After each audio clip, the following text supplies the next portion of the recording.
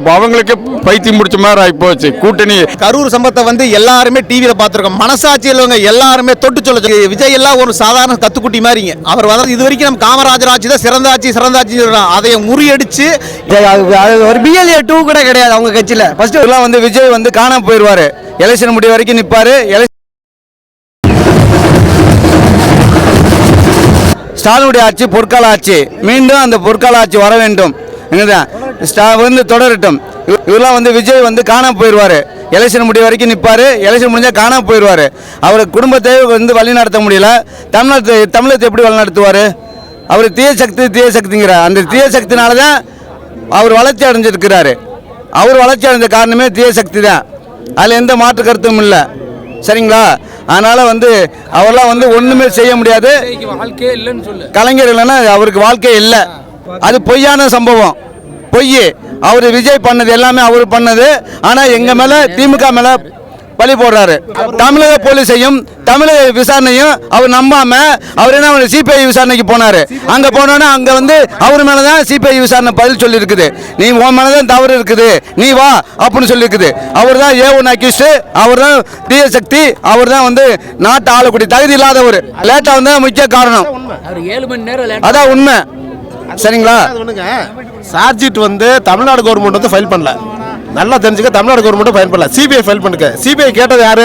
அந்த லாட்ரி மார்டினுடைய மருமைய அவரு ஆதவர்ஜனாவும் இவங்க தான் கேட்டாங்க.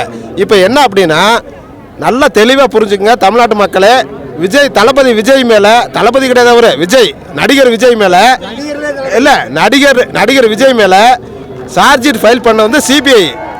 அந்த CBI யார் அப்படின்னா சென்ட்ரல் கவர்மெண்ட் கண்ட்ரோலில் இருக்குது. இந்த சென்ட்ரல் கவர்மெண்ட் யார் அப்படின்னா விஜய் வந்து திமுகவுக்கு எதிராக தூண்டி விட்டதே வந்து BJP கவர்மெண்ட் தான். அதில் எந்த மாற்று கருத்தும் கிடையாது. என்னப்பா உண்மை தானே? எந்த மாற்று கருத்தும் கிடையாது. சரிங்களா? 2026 224 தொகுதி வந்து இல்லை 224 வந்து கம்பல்சரி திமுக ஜெயிக்குது. ஆளுங்கட்சி திமுக, எதிர்கட்சி வந்து இதே அதிமுக கிடையாதுங்க, யாருமே கிடையாது.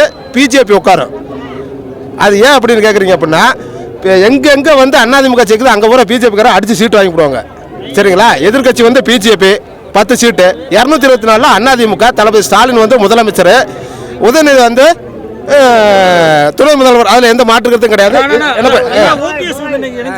ரொம்ப சந்தோஷம். இல்லை, தாய் காலத்துக்கு வந்திருக்காருங்க. இல்ல அண்ணா திராவிட முன்னேற்ற கழகம் அப்படிங்கறது வந்து தனிப்பட்ட முறையில் ஆரம்பிக்கல, திமுக இருந்து பிரிஞ்சு போனது. அண்ணா ஆரம்பிச்சது திமுக. சரிங்களா? அதுல இருந்து பிரிஞ்சு போனாரு MGR. இப்ப அதுல வந்து அவர் போய் அதுல பிடிக்கல. அவருக்கு வந்து அந்த அம்மா உயிரோடு, அதாவது வந்து மாண்புமிகு முதலமைச்சர் முன்னாள் முதலமைச்சர் வந்து ஜெயலலிதா உயிரோடு இருக்கையில வந்து OPSக்கு தான் முக்கியத்துவம் கொடுத்தாங்க. ஆனா இவங்க என்ன பண்ணிட்டாங்க அப்படின்னா அவங்களை எல்லாத்தையும் கழட்டி விட்டு சூழ்ச்சி, அது சூழ்ச்சி பிரச்சனை, சூழ்ச்சி, துரோகம், வஞ்சகம் எல்லாமே வந்து அதிமுக மட்டும் தாங்க பொறுத்த. அண்ணாங்கிற பேரு அவங்கள பயன்படுத்த அகதியே இல்லைங்க. சரிங்களா? திமுகவில் தாய் காலத்தில் OPS அணைஞ்சிருக்காரு, மனப்பூர்வமாக வரவேற்கிறார். அவர் எத்தனை தொகுதி கேட்டாலும் எங்கள் தலைவர் கொடுப்பாரு. ஜெயிக்கிறோம். 1957 முதல் தானை தலைவர் நின்ற தொகுதியிலிருந்து நாங்கள் வந்திருக்கோம். அந்த தொகுதியை பற்றி நேற்று பேப்பரில் போட்டுருந்தாங்க. தண்ணீர் பள்ளிங்கிற ஒரு கிராமத்தில் வாக்களித்த அத்துணை பெண்களுமே உதயசூரியனுக்கு தான் அன்னைக்கே வாக்களிச்சிருக்காங்க. உலகத்தில் அவர் எந்த இடத்துலையுமே ரெக்கார்டு கிடையாது. MGR ஒன்றும் அரசியல்வாதியாக இருக்கலாம், சினிமா இருக்கலாம், எவ்வளோ இருந்திருக்கலாம், அவருடைய பூத்தில் கூட அது மாதிரி கிடையாது. பெண்களுடைய அதிக வாக்கு தண்ணீர் பள்ளி கிராமத்தில் ஒரு வாக்கு கூட வேற யாருக்கும் சிதறாம முதல்வருக்கு நம்ம ஸ்டாலின் ஐயாவோட தலைவர் கலைஞர் கருணாநிதிக்கு தான் கிடைச்சிருக்கு. அந்த அளவுக்கு குளித்தலை தொகுதி ஒரு மேன்மையான தொகுதி. நாங்கள் குளித்தலை மேற்கு தொகுதியிலிருந்து வந்திருக்கோம். எல்லாருமே வரலாம், யாருமே வரலாம். வளர்வதற்கு வருவதற்கு அவர்களுக்கு உரிமை இருக்கு, பெறற்ற உரிமை எங்கள்கிட்ட தான் இருக்கு. வாக்குங்கிற ஒரு உரிமை இருக்கு, அதுதான் உண்மை. தமிழ்நாடு போராடும், தமிழ்நாடு வெல்லும். 2026 திமுக தான் ஜெயிக்கும். அது ஒரு BLA 2 கூட கிடையாது அவங்க கட்சியில். ஃபர்ஸ்ட் ஒரு BLA 2 போட்டாங்க. இங்கே எத்தனை பேர் வந்திருக்கோம்? ஒரு திராவிட முன்னேற்ற கழகம் திமுகவில் வந்து எத்தனை பேர் BLA 2 தான் வந்திருக்கோம்? BLA 2 BLC தான். அவங்க கட்சியில் என்ன ஒரு BLA 2 கூட கிடையாது. அப்போ நீங்களே புரிஞ்சுக்கலாம் 2026 யார் ஆட்சி அமைக்க போறாங்கன்னு சொல்லிட்டு. தமிழ்நாடு போராடும், தமிழ்நாடு வெல்லும். திமுகவை எந்த ஒரு கொம்பனாலும் தொட்டு கூட பார்க்க முடியாது. தீய சக்தின்னு சொல்ல, தீய சக்திலாம் கிடையாதுண்ணா. ஏங்கண்ணா தீய சக்தி இருக்காங்க, ஏங்கண்ணா இப்படி இருக்காங்க? அவங்க சொல்லிட்டு தானே இருப்பாங்க, அவங்க சொல்லதான் செய்வாங்க. கல்யாணம் சொல்லிட்டு தான் இருப்பாரு, கல்யாணம் சொல்லிட்டு தான் இருக்கலாம், எல்லாருமே சொல்லிட்டு தான் இருக்கலாம். இன்னைக்கு நியூஸ் பாத்தீங்களா? பிரேக்கிங் நியூஸ் பாத்தீங்களா? மதியானம் மனைவி விவாகரத்து அறிவிச்சிருக்கு. என்ன காரணம்? வாழ கூட முடியல. ஒரு குடும்பத்தை தான் நடத்த முடியாத ஒரு கட்சி எப்படி கட்டுப்பாடு கொண்டு போவாரு, நாட்டை எப்படி ஆளுவாரு, இத்தனை குடும்பத்தை எப்படி பாதுகாப்பாரு? தன்னோட பொண்டாட்டியே முடியாம தப்பிச்சு ஓடுற விவாகரத்து பண்ணிட்டு இருக்கு. அதனால ஸ்டாலின் தான் அடுத்த முதல்வர். நீண்ட முதல்வர் அவர் தான். தமிழ்நாடு வெல்லும். ஸ்டாலின் தான் முதல்வர். யாராலும் மறுக்க முடியாது. எல்லாமே நல்லதா நடந்துட்டு இருக்குது. மழைனா மழை நல்லா பேஞ்சிருக்குது. சரிங்களா? மாணவர்கள் வந்து நல்லா கல்வி உயர்ந்திருக்குது. இன்னும் அடுத்த 5 வருஷத்துல இந்த தமிழ்நாட்டை வந்து உலக லெவலில் கொண்டு போக போறாருங்க. அது யாரும் ஆச்சரியப்படக்கூடிய அதாவது இது வரைக்கும் நம்ம காமராஜர் ஆட்சி தான் சிறந்த ஆட்சி சொல்றோம். அதை முறியடிச்சு இனிமேல் மு.க. ஸ்டாலின் அவர்கள் தான் இன்னைக்கு வந்து சிறந்த ஆட்சிங்கிற உலகத்திலே ரெக்கார்ட் ஆக போகுது. இதை வந்து எல்லாரும் உலகமே பூரா பார்க்க போறாங்க. அதாவது அடுத்தவங்க வர்றாங்க. விஜய் எல்லாம் ஒரு சாதாரண கத்துக்குட்டி மாதிரிங்க. அவர் வர்றது வந்து எங்களுக்குள்ள ஒரு பெரிய பிரச்சனையே கிடையாது. வந்து அவர் வந்து இப்போ சின்ன குழந்தை அப்படின்ட்டே வர்றாரு. அவர் வந்து பார்க்கலாம். அவர் இன்னும் அரசியல் கற்றுக்க வேண்டியது நிறைய இருக்குது. சரிங்களா? எடப்பாடி மாதிரி ஒரு அடிமை ஆட்சியில் நாங்கள் செய்யலை. அவர் வந்து ஏடிஎம்கே வந்து அடிமை கிடையாது. அவர் கொண்ட கட்சியை வித்துட்டார். சரிங்களா? மோடி கிட்ட கொண்டு வித்துட்டு இப்போ ஒரு 2 வருஷத்துக்கு லீஸுக்கு எடுத்திருக்கிறார். சரிங்களா? லீஸுக்கு தான் எடுத்திருக்கிறாரு. 2 வருஷத்துக்கு லீஸுக்கு எடுத்திருக்கிறாரு.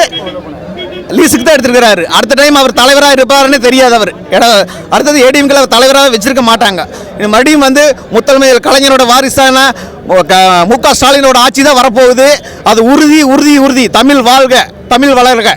கரூர் சம்பவத்தை வந்து எல்லாருமே டிவியில் பார்த்துருக்கோம். மனசாட்சி உள்ளவங்க எல்லாருமே தொட்டு சொல்லுங்க. எவ்வளோ பாதுகாப்பு கொடுத்துச்சுங்க. அவர் பொய் மேலே பொய் சொல்கிறாரு. லைட் ஆஃப் பண்ணி போட்டார், லேட்டாகி வந்தார். எல்லாமே தவறு அவர் மேலே. ஒரு ஆட்சி சிறந்த ஆட்சி மேலே பழிய பண்ண போடலாம். ஆனால் மக்களுக்கு வந்து எல்லாமே உண்மைங்கிறது கண்டிப்பாக தெரியும். தர்மம் என்னைக்கு வெல்லுங்க. சரிங்களா? எப்பவுமே திராவிட முன்னேற்ற கழகம் ஆட்சி தான் கண்டிப்பாக வரும். திராவிட முன்னேற்ற கழகம் தொடர்ந்து வெற்றி நடை போடும். அந்த சிம்மாசனத்திலே உட்காரக்கூடிய தகுதி மரியாதைக்குரிய தளபதியார் அவர்களுக்கு மட்டும் தான் இருக்கிறது.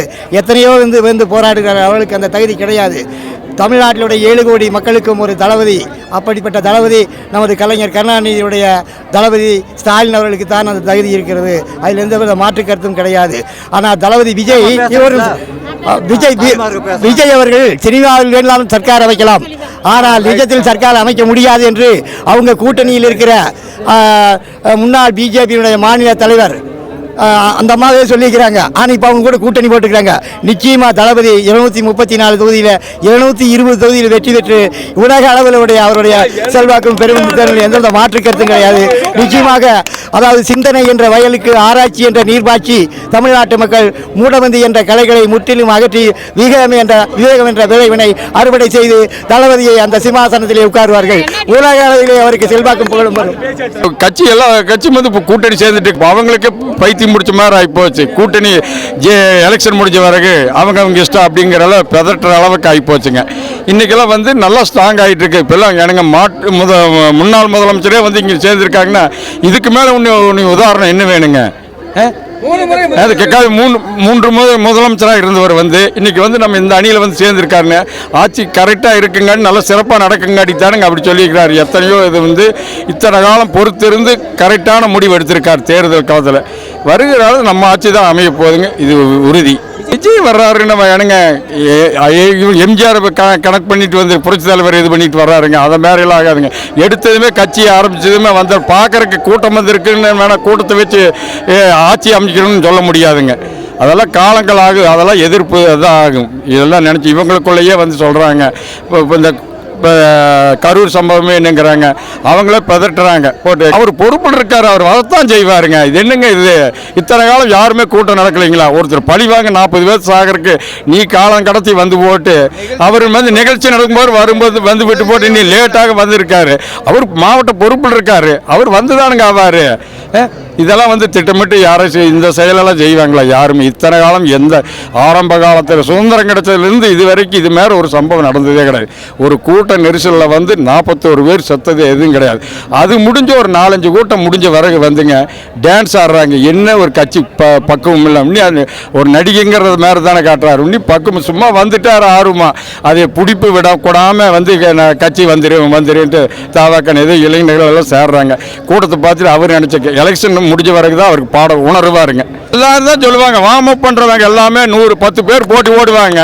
10 பேர் அப்படி இப்படின்னு ஆக்ஷன் பண்ணுவாங்க. எல்லாருமே 10 பேருமே முதலிடத்துக்கு வந்துடுவாங்களா? 3 பேர் தான் வர முடியும். சும்மா இவங்க ஆக்ஷன் பண்ணுறாங்க. அதெல்லாம் எடுபடாதுங்க. என்னங்க அரசியல் என்னன்னு தெரிஞ்சுக்க சொல்லுங்க சார். அரசியல் அதெல்லாம் சும்மா அதெல்லாம் ஒன்றும் எடுபடாது. பார்க்கறதுக்கு படம் நல்லா இருக்கு.